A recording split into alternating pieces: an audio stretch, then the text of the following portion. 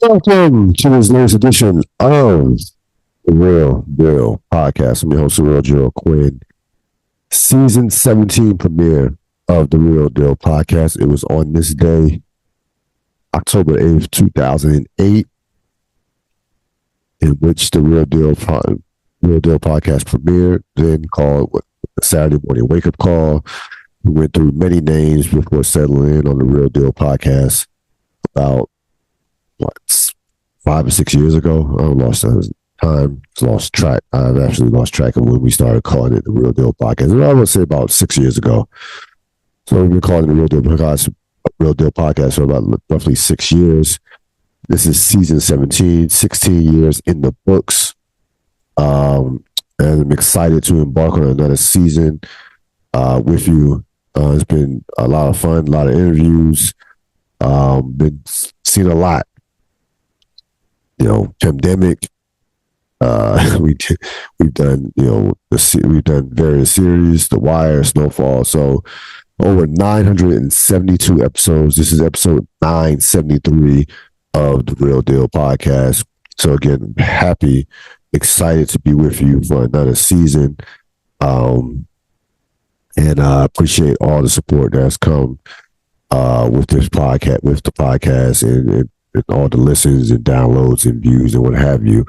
We'll get started with as always, with the game of the week in the NFL. Great weekend of football in general, both college and pro. We'll talk more about the college later on. But the game of the week, maybe the game of the year in terms of the college, in terms of NFL, had to be Baltimore and Cincinnati. This was a game that really, when you look back on the season, it'd be a game changer for the Cincinnati Bengals, because you think about it, they win this game, they're 2-3. Baltimore actually would have been 2-3 as well. Pittsburgh lost, so they would have only been a game out of first place. So that's how big of a game this was. It was a home loss in a division in the conference. So this game, this was a game that Cincinnati seemingly was never somewhat. I wouldn't say they were in control, but seemingly I thought Cincinnati was in great shape during the course of this game. The way Joe Burrow was throwing the ball, throwing the football. Burrow was. I know he had the one interception that was costly, but outside of that, he couldn't do anything more. 30 of 39, 392, 5 touchdowns, 1 interception. But McPherson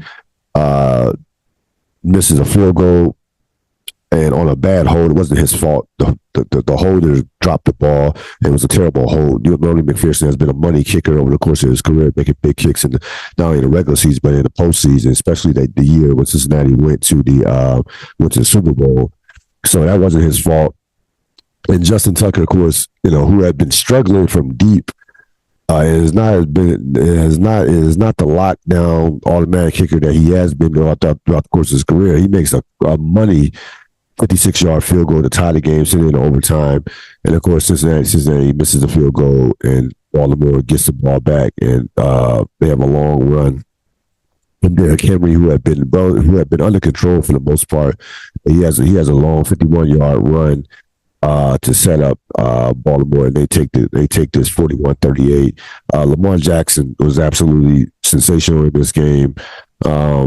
348 yards passing, 4 touchdowns, no interceptions, no turnovers in general. 12 carries, a little high, but 55 yards. So I don't like the 12 carries, but he made plays. He makes one play, touchdown pass to Isaiah Likely, the tight end, who he drops the ball, seemingly almost loses his balance, is going running,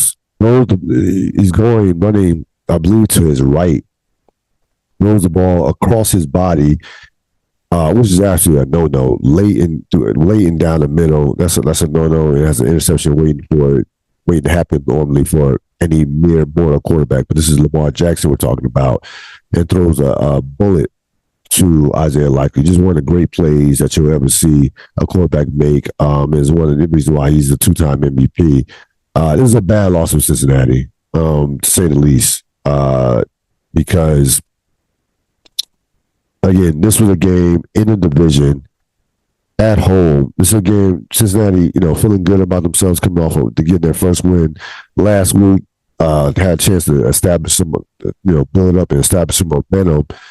You have Baltimore on the ropes. You're moving the ball. You're moving the ball up and down the field. That's the one thing that came out this game that that I would be concerned about if I'm a Baltimore Ravens fan. Their defense. Forget about where they were last year. Last year they were arguably the best defense in the league. I didn't expect them to be to that level because they were just insanely just only giving like 16 points a game and having number one stats across the board. I expect them to come down a tad to maybe being just a top 5 to top 10 defense. Right now, their defense has been awful for the most part. Outside the Buffalo Bills game, their defense, Dallas ran wild against them in that fourth quarter. Kansas City, of course, had their best offensive game against them in the opening to open the season. The Raiders, had a big fourth quarter and were able to make big plays on them late in that game a few weeks back. So the Baltimore defense has not been good at all. And Baltimore is fortunate, not for Lamar Jackson, fortunate to be 3-2, to be honest with you. But they are 3-2 and seemingly in control of that division. Because that division right now, with the quarterbacking, with Cincinnati being in the tank right now, and the rest of the quarterbacking with Deshaun Watson and having Justin Fields, and the division is Baltimore's to lose. Let's be honest. Even though they are tied with Pittsburgh Steelers, I don't think that Pittsburgh. We'll talk about Pittsburgh more when we get into our Fave 4. But this is Baltimore's division to lose. And again, Baltimore wants to get to the Super Bowl. They have to kind of tighten up that defense somewhat. It doesn't have to get back to the same level that it was last year, but it has to be at least somewhere in the top 10. As far as Cincinnati goes, I don't think Cincinnati's done. Remember, they have a soft schedule to end the season. Their 4 losses, they are not a 1-4 team. This is not a 1-4 football team. There are teams that are 1-4 that you would say they're an awful football team. Cincinnati is not an awful. Cincinnati, they're playing bad right now. Mostly, especially defensively. Defensively, they have one of the worst defenses in the league. But they're looking at their 4 losses. Those 4 losses have come by combined 15 points. So that's like a field goal and some change. So they've lost some close, heartbreaking games. I still believe in Cincinnati to make a playoff run. They have Joe Burrow's too good of a quarterback, and they are too well coached to me to just roll over and have a season, have one of these lost seasons. I don't see it happening.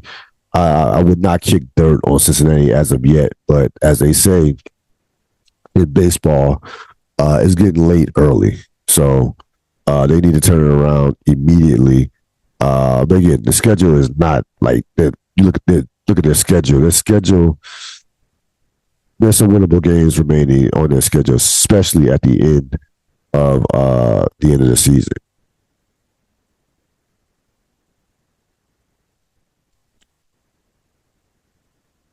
The Fave 4. Let's begin with the big news of the day. Minnesota Jets, of course. This prompted the news of the day with Robert Saleh being fired, relieved of his duties. The first time in 25 years that Woody Johnson has fired a coach in season since he took over. For Leon Hess back in 1999. So the Jets lose 23-17. They were down at one point, 17-0. Made a little late run.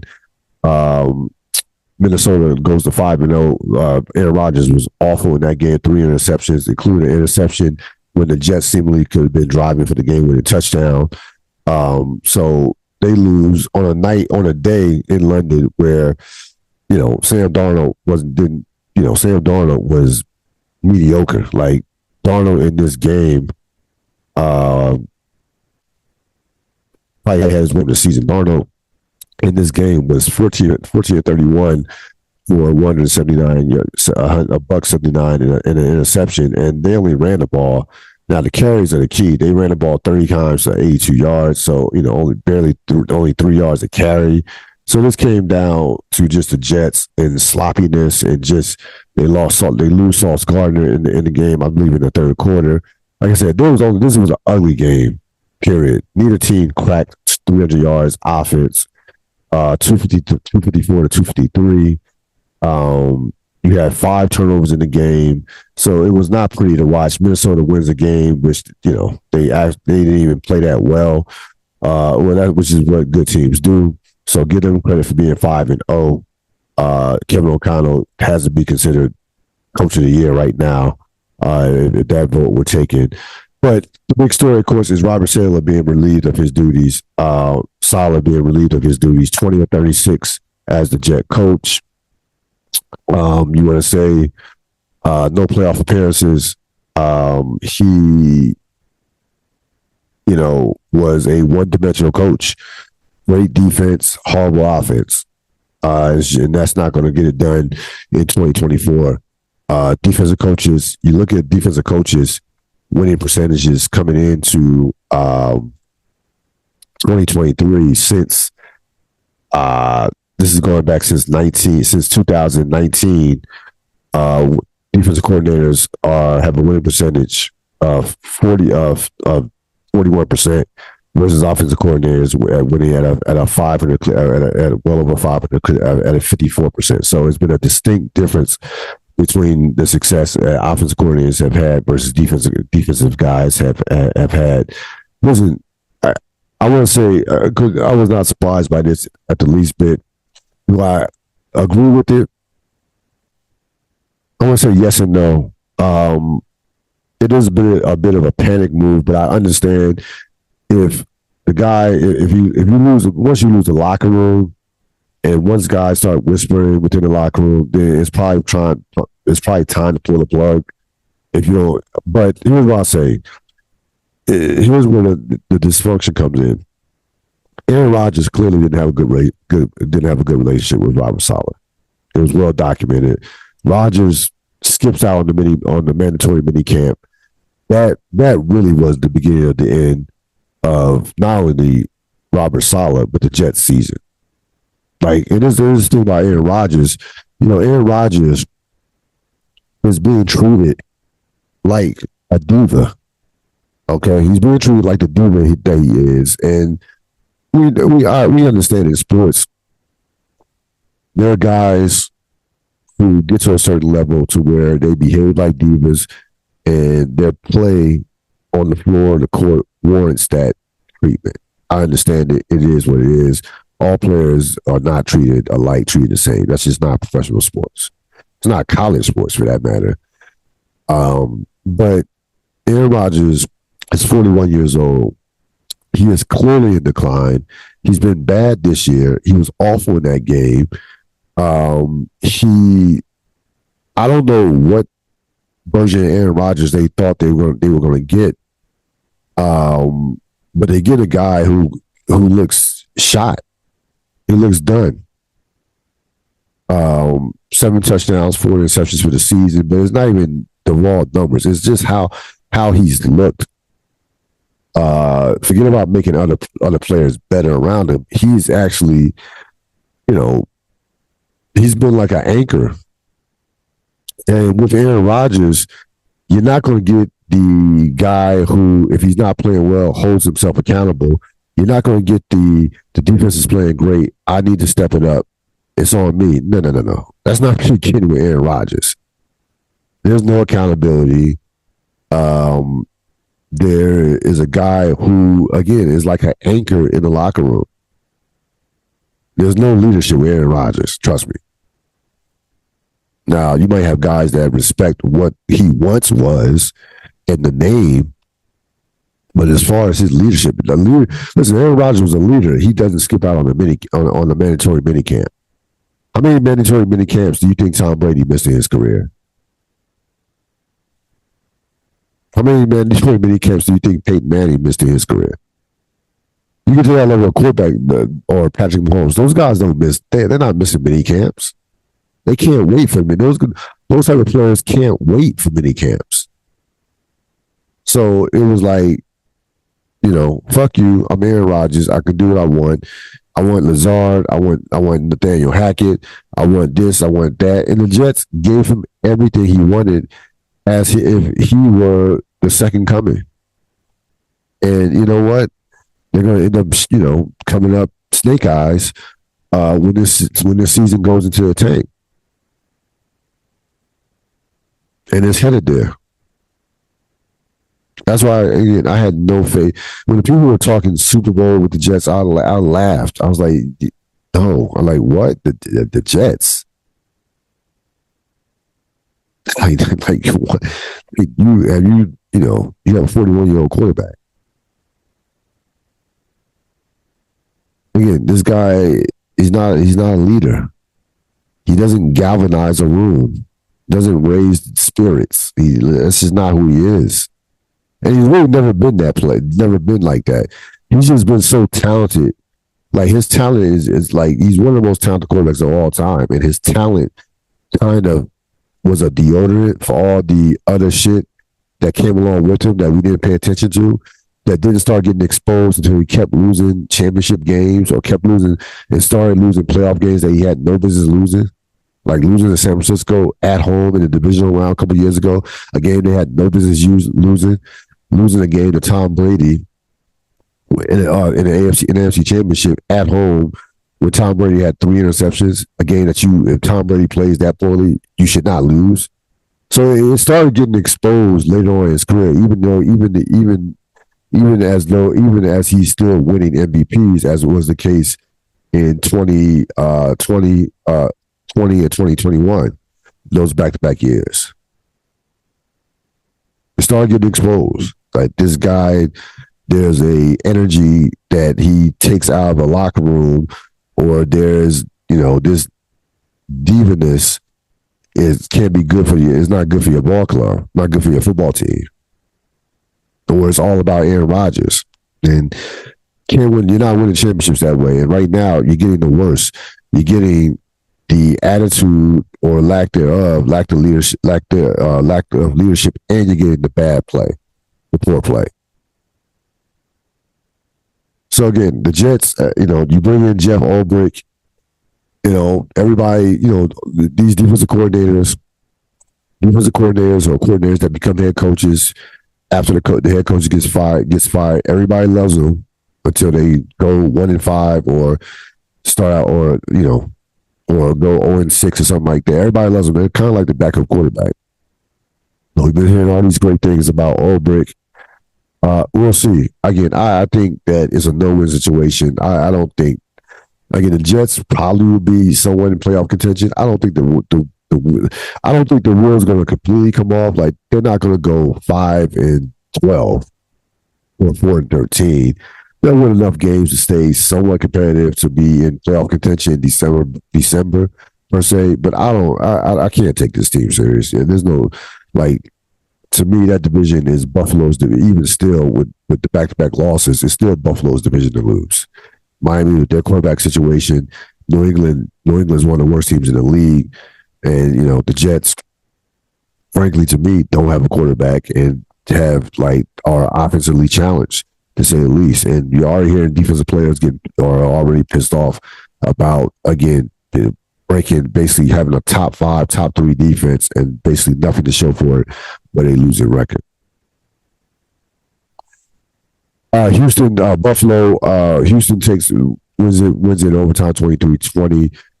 Nice comeback by the Bills, who were at one point down 20-3, but it was to no avail as Caleb Fairburn makes this 59-yard field goal, and these kickers are it's gotten to a point to where these kickers, it doesn't matter the range of some of these kickers. We saw it even with the Dallas kicker. 55 yards, 56 yards is nothing to some of these kickers. You're seeing more long field goals made. I've noticed that throughout the first couple of weeks of the season, where it really doesn't matter how far, if the weather's right, how far some of these kickers are making these kicks. The big news of this game was the player Josh Allen. Allen was 9 for 30, 131 yards, was just awful in this game. Probably one of the worst games of his career. He apparently suffered a head injury. A lot of people thought that he probably was concussed, but did not leave the game, received some smelling salt, and went back in the game. I mean, it was one of those games where it really didn't matter because he was playing like shit before they hit, and it certainly didn't help his play. Listen, Houston's a very good team. I'm not going to knock Buffalo losing a tough road game to a team that is expected to somewhat to contend, that has a lot of talent, that's clearly improved. So, Buffalo will play the Jets coming up this week. I believe that's the that's the Monday night. Well, yes, that's the Monday night game next week. So that'll be a huge game, a huge game for both teams, for various reasons. Both teams will come in limping. Again, nice win for Houston. Nice win for Houston as they continue to be led by one of the best young quarterbacks in the league, and C.J. Stroud. Allen again had a day that at times I had just one of those days where it was one of those. Mama said there'll be days like this. He wasn't even a fact. I mean, he did have 54 yards rushing, but not a major factor from that standpoint. This is despite the fact that Buffalo as a team had 150 yards of rushing. Normally, when Buffalo was able to run the ball effectively, they normally are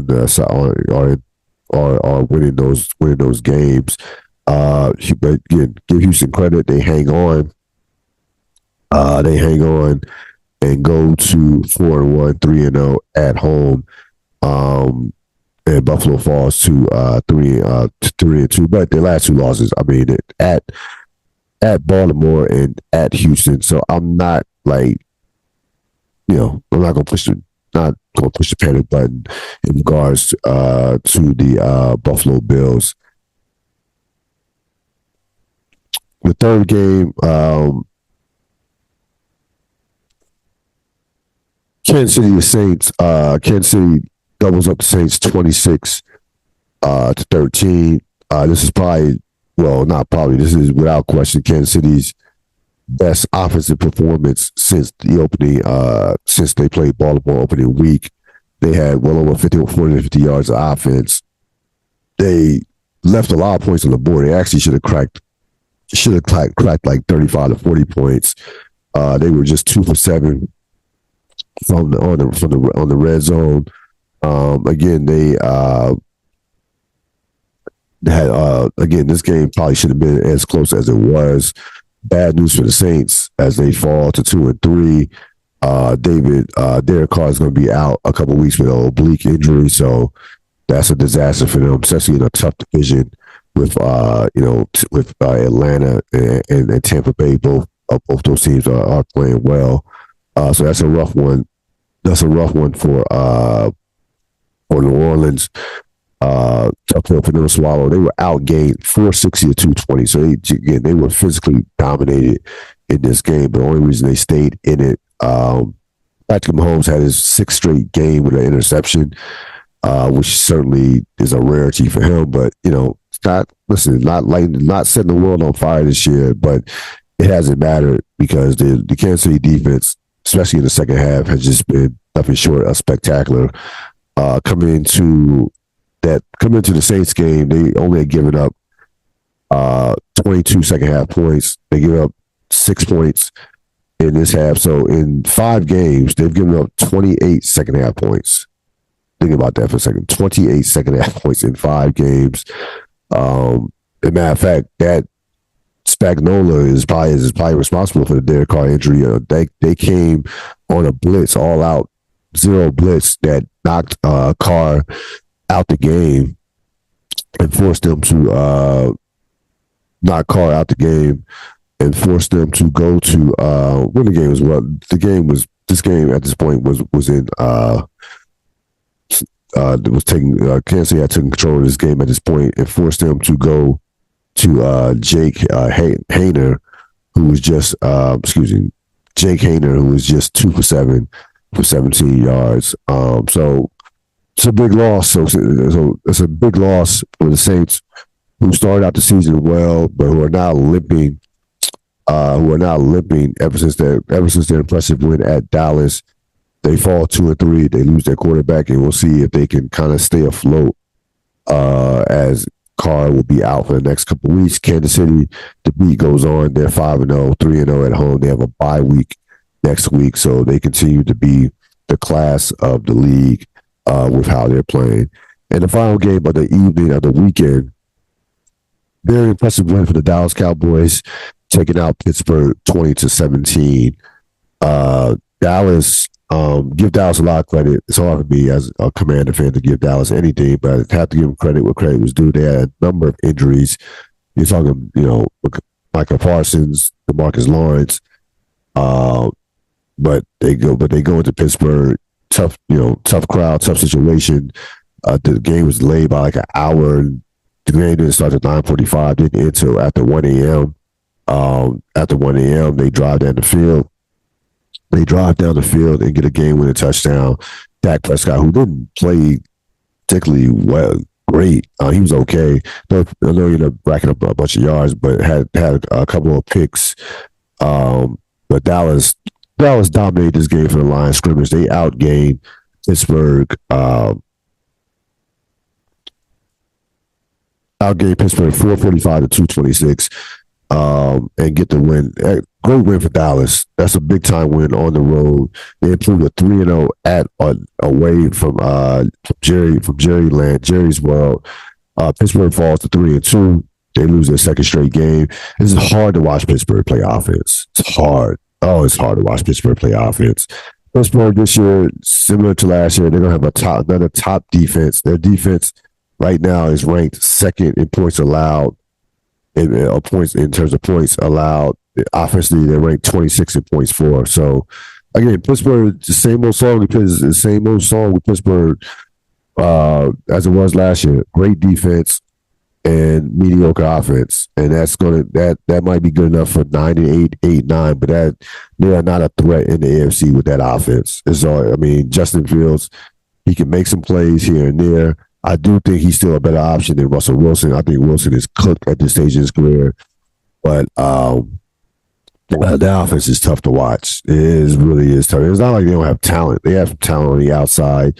I like Najee Harris in terms of the running backs. So they have some players, but as far as the quarterback, that's the difference. They don't. Justin Fields is just not there right now. As far as from a developmental standpoint.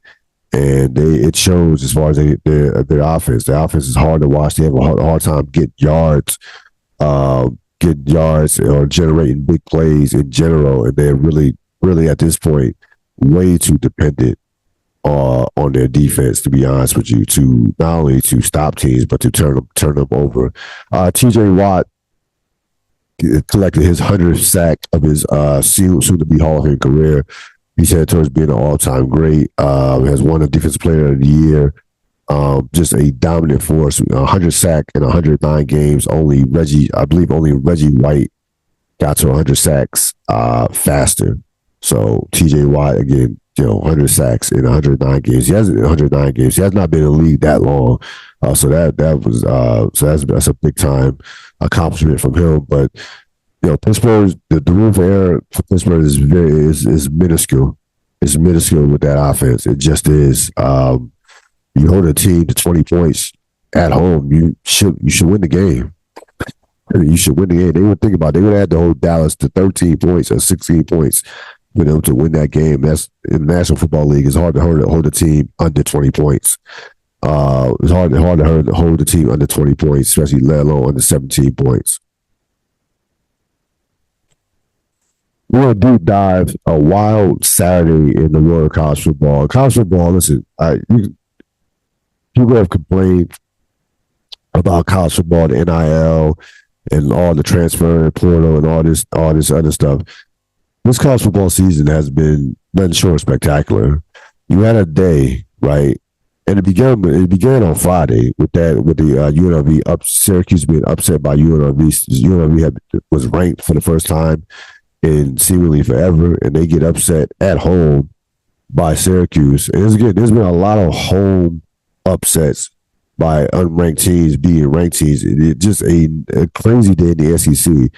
Bama falls to Vanderbilt after their win over Georgia. You have Tennessee falling. You have Tennessee going down to Arkansas, and then you cap it off with Missouri getting rocked by Texas A&M, who all of a sudden have gotten hot after their opening week loss or their week one loss at home to Notre Dame. Now they're 5-1. So a wild week in the SEC. You also had Minnesota taking out USC. Minnesota taking out USC. You had Louisville SMU taking out Louisville. So a number of ranked teams went down on Saturday. And again, this was not supposed to be like you only had one team. There was only one matchup of two ranked teams. There was only one matchup of two ranked teams. That was Missouri, but that was Missouri and Texas A&M. So this wasn't even supposed to be a big time weekend of college football. This is supposed to be one of those weekends, not get by weekends, but one of those weekends where you figure the powers that be would handle their business. But this is where college football is at right now. And Miami had to have this miracle 25-point comeback to take out Cal in California as you had College Game Day in Cal for the first time ever. So that's where college football is at right now. Like college football is not only do you have the 12-team playoff, but week by week you really don't know what's going to happen. I mean, like I said, a couple of weeks ago, Georgia almost lost to Kentucky. Then Kentucky beats Ole Miss at Ole Miss for the first time since 1978. And now next week you have a bevy, a loaded set of games, especially in the SEC. I mean, you have, and by the way, Clemson is playing great football right now. We wrote them off the dead after they lost. Well, I did, or at least I did, wrote them off the dead after they lost. After they got embarrassed by Georgia in week one. They all of a sudden ran off 4 straight games. They're ranked number 10, so they're looking good as of right now.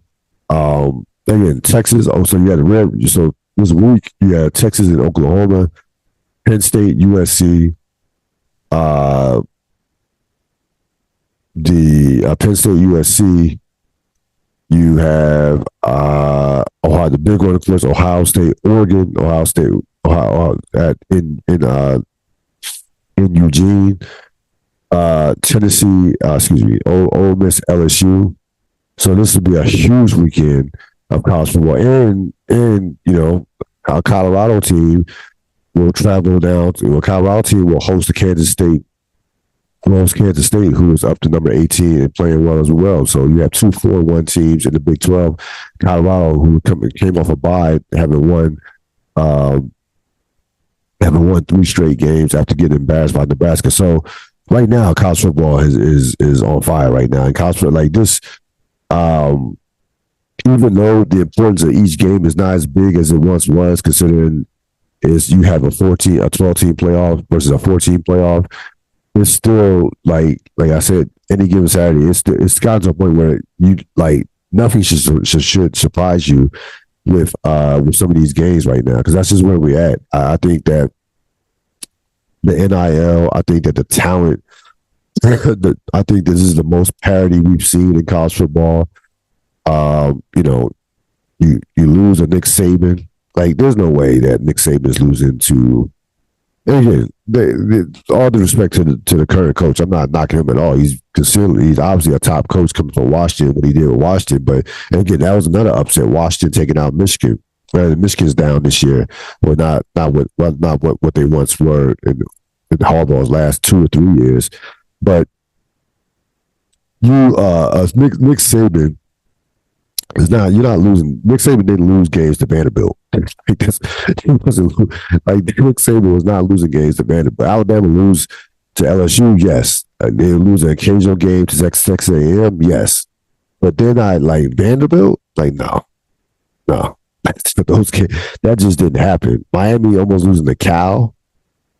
So this is where we're at in college football right now, and I want to say it's pretty exciting, to be honest with you, because again, you don't know what's going to happen from week to week. You really don't know, and who knows if Colorado beats Kansas State, then we have something special possibly brewing in Boulder. They have played extremely well of late, especially in the last couple of weeks. So we'll see if they can keep it going with their play.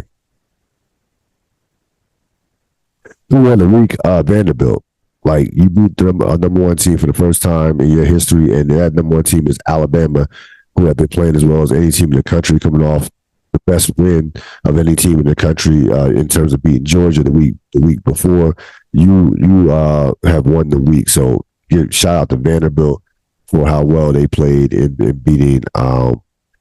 And in that game, you kept waiting for Alabama to kind of wake up and take over the game, and it never happened.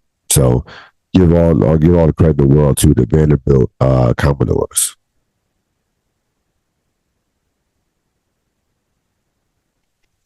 A couple of real thoughts. I'll let you go. As far as the Major League Baseball playoffs, we talked about parity in college football. Well, that is the exact. I mean, parity is the perfect word to use right now in regards to the baseball coming into now. Right now, as of right now, the Mets are up 6-0 over the Philadelphia Phillies, top of the eighth. As we're recording this right now, about time you hear this, of course, that game will be complete, and probably the Mets will be up 2-1. But coming into this evening, all four divisional series were tied at 1. Okay, that's not by accident. The most intriguing of all these series to me, easily, is the Dodgers Padres series, which continues tonight. With the Padres taking game 2, 10-2, and right now so far, I mean, the Dodgers are in trouble because they have not been able to get the Padres out through the first 2 games. The Padres have scored 15 runs in the first 2 games. Easily could have won game 1. The Dodgers are forcing them to be up 2-0 if not for the heroics in game 1 of Ohtani, and these two teams hate each other. The Padres, there's a little brother thing that the Dodgers have with the Padres. Dodgers have all the history, the prestige. They had the championship back in 2020, even though that is not aging well considering some of their postseason failures since then.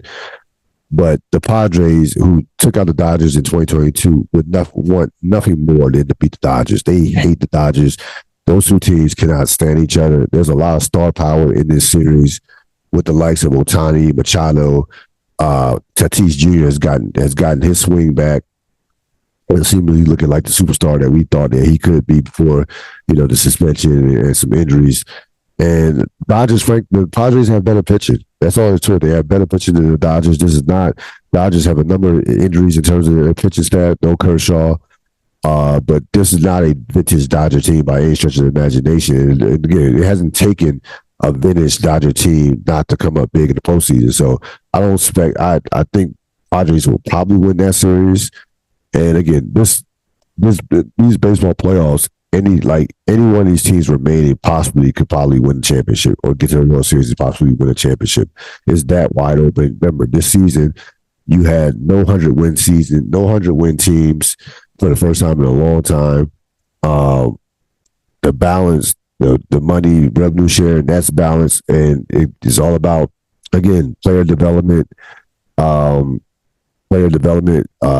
these farm systems. So baseball has gotten into a point to where you literally don't know who's going to win it from year to year. We'll see what happens especially in regards to that Dodger Padres series, and I think that's clearly. To me, that's clearly the showcase series, even more so than the Mets Philadelphia. As far as the NFL standings goes, I'm looking at it right now. You have some great action in I would say 2 divisions I'm looking at, and they're both, frankly, in the NFC. Um, really, I mean, to be honest with you, uh, I'm not ready to say this yet, but the NFC could be up for grabs. It could be. I'm not quite ready to say that. I want to see San Francisco with a healthy McCaffrey and see if they can right the ship. But the NFC could be up for grabs. But these divisions, you know, the NFC North, everybody has a winning record. Okay, and there's been some excellent quarterback play, and there's some excellent quarterback play in the NFC North, even to get even with Minnesota, get the most out. Sam Darnold, Keller Williams has played better with the Bears as they have won a couple of games in a row. NFC South, I could have easily made the Falcons Tampa Bay Thursday night game the game of the week. That was a great game. Kirk Cousins throws for a zillion yards, seemingly. Tough loss. That's a bad loss for Tampa. Tampa Bay absolutely should have won that game, but Atlanta kind of stole that from them. We'll see if the Saints can bounce, can again stay in the mix of the playoffs as Carr gets better, is injured. But that Falcon Tampa Bay is going to be a great race. We know, that Falcon Tampa Bay race will be a great race in that division. Bad loss for San Francisco. I don't know about the NFC West right now. I still favor San Francisco, but that was a bad loss against Arizona. Like losing a game like that, a double-digit lead to Arizona, that was a rough one. I told you about San Francisco earlier this season that something wasn't right with them. And I'm like, there's something is just not clicking with that team. And it's more than just Christian McCaffrey missing games. It's more than that. So, like what's going on in the NFC North, the NFC East, one of the best stories in the National Football League has to be what's going on down in the DMV with the Washington Commanders, as Jay McDaniels is making a legit. Now it's very early. I don't even like talking about MVP, but he is making right now a legit MVP case for the way he's playing. Probably right now has one of the best deep balls in the NFL right now when he gets loose in the pocket. Washington playing well at 4-1, their best start since 2008. You got to go back to that was the Jim Zorn years, if you remember him, and that was that started out well, did not ended poorly to say the least. Yeah, those were the days. Good old Jim Zorn. And the Giants at 2-3 haven't been awful. They had a big win against Seattle on the road. That was an impressive win on the road for Seattle. Eagles had a bye week. We'll see. Eagles had a bye week, so you only have 3 of the 2 teams are 500. 3 of the 4 teams are 500 and above. We already talked about the Cowboys, how impressive a win that was in the against the Steelers on Sunday night. Now, as far as the AFC goes,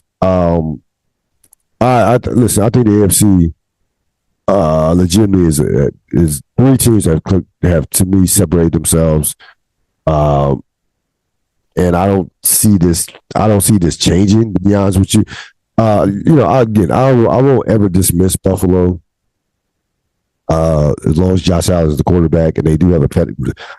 They do have a pedigree of winning a lot of regular season games, but the 3 most impressive teams have clearly been Kansas City, Houston, and Baltimore. Those 3 teams, I think, are going to be in it for the long haul, injuries withstanding.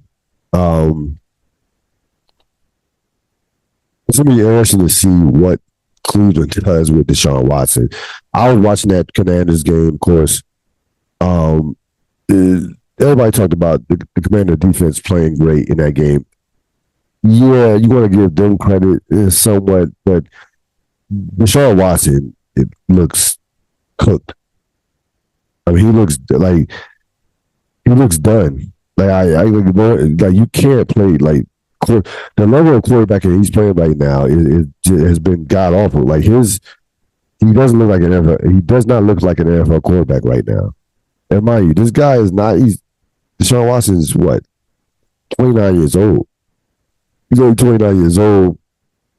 right now, the numbers don't even tell the story of how bad he's been. He's only completed 60% of his passes. Like 60% of his passes, 5 touchdowns, 3 interceptions, completing uh yeah, only 60% of his passes. He has been it's hard. I mean, I can only imagine what Cleveland has been like for Cleveland fans to watch him play right now, because he has been. I mean, when I mean bad, beyond bad, he's been awful. He's been one of the worst looking quarterbacks he's been one of the worst looking starting quarterbacks I've seen in the 2024 season. He's been that bad, and there are some rumblings about. People are saying, I heard Rob Gronkowski thinks that he should be benched, and I don't know if I can necessarily disagree with Gronk on that one, because you have a team again. That Cleveland team has talent. That Cleveland team is not a 1-4 team as far as their talent goes. Especially on the defense end, that team should be better than 1-4. They should not be 1-4 at all. But it has been hard to watch Deshaun Watson play quarterback in the NFL. And that is a fully guaranteed $230 million contract. They have no outs on that unless one of these cases come back up and they can get an out where they can terminate the contract. That's the only thing. I mean, they always have to hope that one of these cases comes out to where the NFL can, suspend him. That's literally. I'm not even joking. That's literally their only out. They cannot flat out cut this guy and wipe away his contract. You just can't do it right now. So they are absolutely stuck with him. That's going to go down as one of the worst contracts in football easily. And unlike the Cincinnati Bengals, I don't see any light at the end of the tunnel right now for the Cleveland Browns. I just don't. There's no energy with that team. Their defense is going to start to get pissed off and quickly turn on the offense if it's not happening already. And they're still in the division where they got to play Cincinnati. You got to play Baltimore. In the AFC, you got to play all these playoff caliber teams. So there's no light. There's no end in sight as far as waiting for the Browns to turn this around. I don't see it happening. I can see Cincinnati turning it around. I can't see the Browns turning this thing around. That's going to wrap it up for this latest edition of the Real Deal Podcast. I will see you next time. Enjoy the rest of your week. So long.